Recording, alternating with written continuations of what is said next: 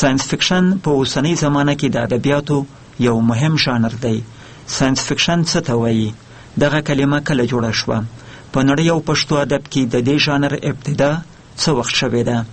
استاد نجیب منلی د راډیوي ادبي قاموس د دې اونۍ په بحث کې دغو پوښتنو ته ځوابونه ورکوي او د ساينس فکشن په اړه نوې خبرې راته لري.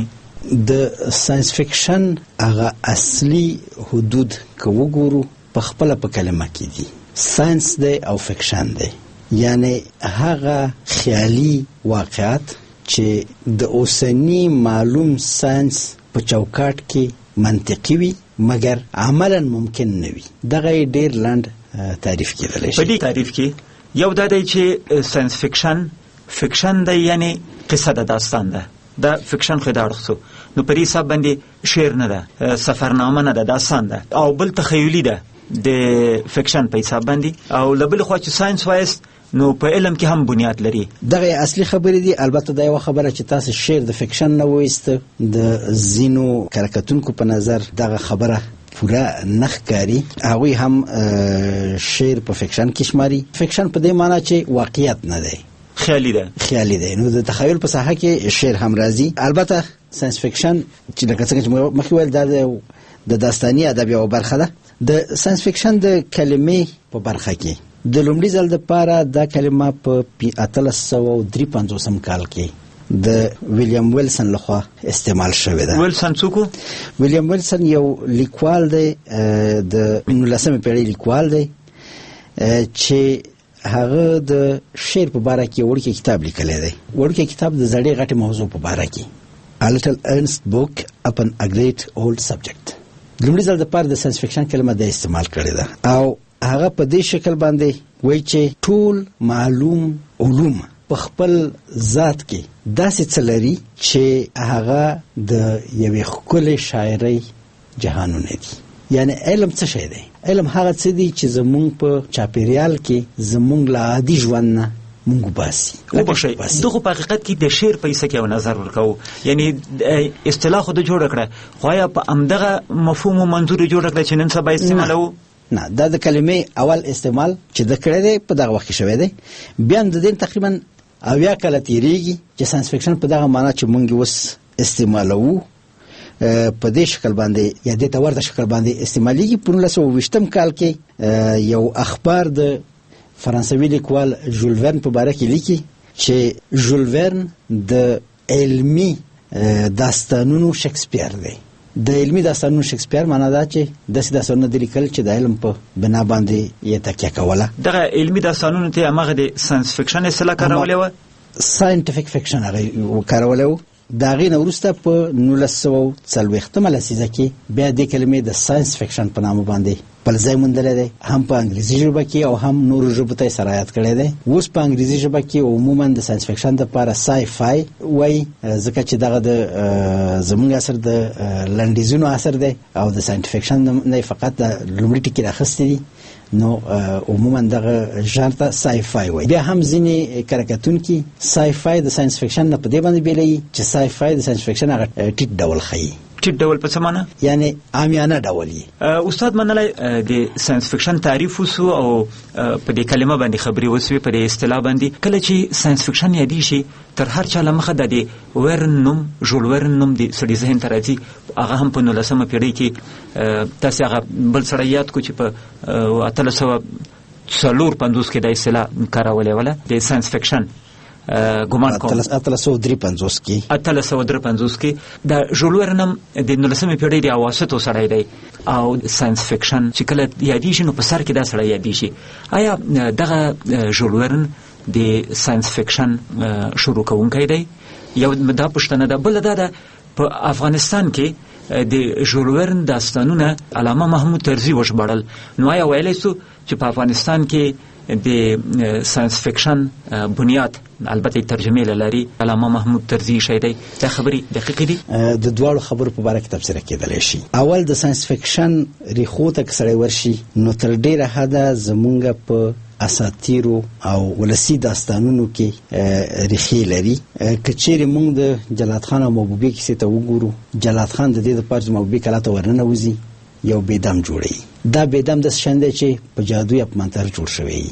جلات خان د زرګر شاګردي کوي، د هغه نه د زرګرۍ کمال زده کوي او د زرګرۍ د کمال په واسطه باندې یو حیوان جوړوي چې په دې حیوان کې دای بین نوځي او دغه حیوان د موبوبې کلا ته د لار پرانیزي. یعنی په حقیقت کې د یو تخنیکی وسیله جوړه کړله چې هغه د یو حیوان شکل درلوده، د داسې یو حیوان شکل چې نخرې کولای شولې، یعنی موږ ورته اوس روبوټ وایو. په حقیقت کې یو روبوټ جوړ کړ او دغه روبوټ محرکه قوه دی په خپل و. او بخښئ، دا خو د ساينس فکشن عناصر دي، ځینې ټوټې دي چې په پخوانی ادب کې یا د بشر په پخوانی کلچر کې هم خبرې دي. خو په هر حال دا که هر ژانریات کې نو پخوانی مثالونه سفر ځن موږ وایو چې لنډه کیسه په 19مه پیړۍ کې پیل شوه، په روسیې کې ګوګل پیل کړه او په امریکا کې پو پیل کړه. لیکن 2000 کال په خوا به موږ داسې کیسې پیدا کو چې لنډه کیسې ته به ورته وي، خو موږ وایو چې هغه خوري وري ریشي دي چې د بشر په تاریخ کې سته. په دې سکه باید همداسې وایو. نو موږ د ریشو په سیګرزو اوله مرحله کې یعنی هغه تعریف چې موږ ورکړ، یعنی هغه کیسې چې په علمي او تخنیکی وسایلو باندې ولاړې دي، دا کیسه د هغه یو برخه ده، شاید ډېر محدودې برخې ووسی مګر یو برخه ده. بیا دغه نه وروسته کله چې یوناني ادب ته راځو، په لسګونو داسې کیسې شته چې همدغه سه نیمه علمي نیمه تخیلي بڼې لري. د ایکار او د فیتون کیسه هم دغه ته ورته ده چې فیتون د ایکار زوی و او غوښتل چې والوزي. ایکار د دې لپاره چې زوی والوتل شي، نو زوی ته د لرګي وزرونه جوړ کړل، هغه په د پوري د مومو په واسطه کلک کړل او د بچ د وزرونه خوځول دی والوته. مګر پلار ورته ویلی و چې پام کوه چې لمر ته نږدې نشي، چې ویلي بشي. او فیتون د پلار مشوره هیر کړله، د پرواز خوند چې واخیسته، پورته کېده ترڅو چې د لمر وړانګو د وزرونو موم ویلي کړل او د بیرته ځمکې ته راولوید او مړ شو. همدغه یوناني اسطوره د عبدالباری جهانی په ډیر ښایسته انداز نظم کړی ده. آیا هم ساينس فکشن برخه ده؟ دغه د ساينس فکشن یو برخه ګڼل شو، یعنی په شعر کې د ساينس فکشن ریښې ګڼل شو. بیا د دین وروسته په 1909 کال شاوخوا کې یو یوناني لیکوال، یوناني نه دی چې سوریایي لیکوال دی مګر د یونان د فرهنګ سره تړل کېږي چې په یوناني ژبه باندې لیکنې کړې دي، لوکیانوس نومیږي. په 115 کې زیږیدلی دی او 192 کې مړ شوی دی. په دغه وخت کې د هم یو کیسه لیکلې ده د رښتینې کیسې په نامه، او په هغې کې ځینې تخنیکي واقعیتونه د فکشن په بڼه راوړي دي. دا هم د ساينس فکشن په ریښو کې شامل کیږي. خو د ساينس فکشن واقعي لومړی کیسې چې رامنځته شوي دي چې د هغې نه هدف هم همدغه ساینټیفیک راتلونکي واقعیتونه وو او د لوړ هدف لپاره استعمالېدل. په دې معنی چې د ساينس فکشن یا د ساينس فکشن لومړی کیسې د دې په خاطر رامنځته شولې چې په عادي ادبیاتو کې یو تعداد مفاهیم نشو وړاندې کېدلی. ټولنیز سانسور، د کلیسا سانسور دومره و چې ځینې خبرې په عادي ژبه باندې نشو کېدلی. نو د هغې لپاره ځینو لیکوالو یو خیالي دنیا تصور کړله او په خیالي دنیا کې خیالي واقعیتونه جوړ کړل چې دغه خیالي واقعیتونو طبیعي نتیجه هغه خبرې چې دوی کولې. نو په دې کې لومړی موږ د توماس مور یوټوپیا یادولی شو. توماس مور په 1514 کې دا کیسه لیکلې ده او په پښتو ادب کې د ساينس فکشن لومړی اثر همدغه د توماس مور یوټوپیا ګڼلی شو چې منسي احمد جان په 1909 کال کې ژباړلې ده. ورپسې فرانسوي لیکوال سیرانو د برژراک، هغه د سپوږمۍ ته د سفر رښتینی کیسې په نام باندې او لمر ته د سفر رښتینی کیسې په نام باندې 2 داستانونه لیکلي دي په 14مه پیړۍ کې. د هغه پسې بیا فرانسیس ګولډوین من ان د مون په نام باندې انسان په سپوږمۍ کې په 1430 کې همدغه یوه کیسه لیکلې ده. ستر فیزیک پو کپلر هم یوه کیسه د ساينس فکشن لیکلې ده. او د هغې نه وروسته جان سویفت انګریز لیکوال د ګولیور د سفرونو په نام باندې کیسې لیکلې دي چې هغه هم د ساينس فکشن کیسې دي. او د هغه پسې مشهور فیلسوف ولتیر هم یوه کیسه لیکلې ده د مایکرومیګا په نام باندې یا وړوکی غټ چې هغه هم د ساينس فکشن کیسه ده په 13مه پیړۍ کې. نو دا د ساينس فکشن هغه اساسات دي چې ښودل شوي دي ساينسي زمینه د فلسفي افکارو د بیان لپاره استعمال شوی ده. راځو 19مه پیړۍ ته او 20مه پیړۍ ته چې دلته واقعا دغه ژانر صورت نیولې ده او شکل نیولې ده. نو په دې کې د ژول ورن نوم فکر کوم چې تر ټولو مهم نوم دی، ځکه چې ژول ورن په لسګونو داسې داستانونه لیکلي دي چې هغه وخت کې د خپل وخت د علومو په اساس یې داسې څه ټولنې ته وړاندې کړي دي چې څو کاله بعد رښتیا شوي دي. د وبتل یا د زیردریایي سفر لومړی د ژول ورن په کتاب کې راغلی دی، وروسته تخنیک 15 کاله بعد هغه شی جوړ کړی دی او عملی بڼه یې اخیستې ده. سیاحت زیر بحر په نامه باندې علامه محمود طرزي ژباړلی دی. سفر د علامه محمود طرزي په دری باندې ژباړلی دی. همدغه راز په بالون کې سفر دا هم یو کیسه ده چې 15 کسه په یو ورکه جزیره کې رالویږي او په دغه جزیره کې بل څه نشته. دوی مجبور دي چې د خپل ژوند لپاره ټول امکانات ایجاد کړي. نو دوی د هغې جزیره د موجودو مادي امکانات نه په استفاده داسې تخنیکی وسایل جوړوي چې د دوی ژوند اسانه کوي، او دا تخنیکی وسایل داسې وسایل دي چې تر عملاً په دغه ټولنه کې نشته. یا سپوږمۍ ته سفر د ژول ورن یو بل اثر دی چې هغه هم دا ښیي چې څنګه انسان کولی شي تر سپوږمۍ ځان ورسوي. البته ژول ورن دومره جرأت نه دی کړی چې انسان سپوږمۍ ته ورسوي، د سپوږمۍ تر مداره یې رسولی دی او بیرته یې راکیستی دی، چې دا هم جالبه ده.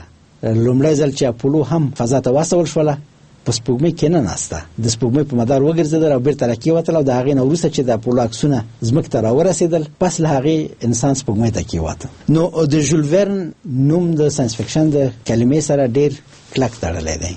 د هغې نه وروسته بیا د 20مې پیړۍ په 2مه نیمایي کې یعنې د 1950 کال را په دې خوا ساینس فکشن ډېره وده کړې ده او په لسګونو کیسې په دې برخه کې لیکل شوي دي. په پښتو کې د ساینس فکشن نمونه مونږه د منشي احمد جان هغه کیسه یاد کړله، د پښتو په فولکلور کې د جلات خان کیسه یاد کړله، او د افغانستان په فولکلور کې استاد رفیع د نخشب سپوږمۍ هم د علمی اختراعاتو په ډله کې حساب کړی ده. البته دغه خبره یو څه د تامل وړ ځکه ده چې نخشب په جادو باندې دا کار کړی وو، په تخنیکی وسایلو باندې نه و کړی. نو د دې په خاطر باندې سړی نشي کولی چې هغه دقیقاً په ساینسي کیسو کې ورداخله شامله کړي. په پښتو ادب کې د ساینس فکشن سابقه ډیره زیاته نه ده، البته یوه هڅه چې د یادولو وړ ده هغه په 2002 کال کې ګمان کوم د داستانونه مجلې لخوا یو خاصه ګڼه ساینس فکشن ته وقف شوی و چې د واتو شاوخوا کیسې